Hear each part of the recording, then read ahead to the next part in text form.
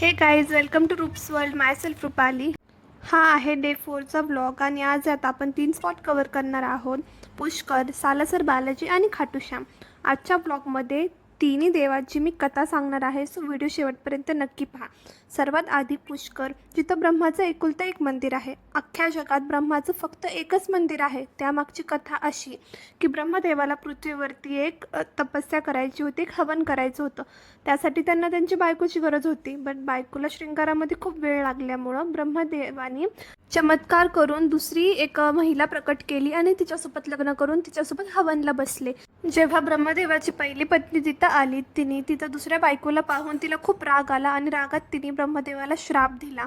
आणि त्या श्राप असा होता की ब्रह्मदेवाची कुणीही पूजा करणार नाही. सर्व देवांच्या विनंतीनंतर ब्रह्माची पहिली पत्नीने त्यांना म्हणली की दिलेला श्राप तर परत घेता येणार नाही, पण पुष्करमध्ये फक्त ब्रह्माचं मंदिर असेल, मी असं आशीर्वाद देते. पूर्ण जगामध्ये ब्रह्माला कुठं पूजलं जाणार नाही, पण फक्त पुष्करमध्ये त्याचं मंदिर असणार आणि तिथं त्याची पूजा केली जाईल. आणि तिथं आपली संपती पहिली कथा. आणि दुसरी कथाची सुरुवात होती, ती आहे सालासर बालाजी. तर एक भक्त होता जो हनुमानाचा खूप मोठा भक्त असल्यामुळे तो हनुमानाच्या दर्शनासाठी आतुर होता.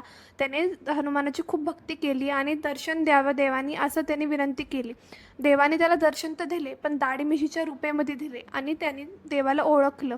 आणि त्याची अशी इच्छा होती की देव त्याच्यासोबत तिथंच राहावं. तर देवाने त्याला वरदान दिला की मी नक्की राहील. काही वर्षानंतर एका शेतामध्ये शेतकरीला काम करताना एक दगड जाणवला.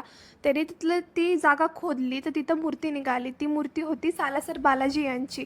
सालासर गावामध्ये हनुमानाची दाढी मिशी असलेली ही मूर्ती सालासर बालाजी म्हणून प्रसिद्ध झाली. ही होती दुसरी कथा. आजची तिसरी कथा आहे खाटू श्याम बाबांची.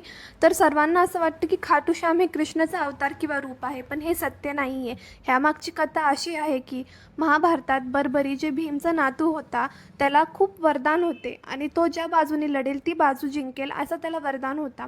तो जेव्हा महाभारताच्या युद्धात लढाई करण्यासाठी येत होता तर कृष्णाने त्याला अडवून कृष्ण म्हणाले की मला तुझं शीर्ष हवं आहे. आणि बर्बरीने न विचार करता ते शीर्ष द्यायला तो तयार झाला. पण त्याची अशी अट होती की त्याला महाभारताचं युद्ध पाहायचं आहे. श्रीकृष्णाने त्याचं शीर्ष घेऊन एका मोठ्या पर्वतावर नेऊन ठेवले आणि तिथून बर्बरीने पूर्ण महाभारताचं युद्ध पाहिले.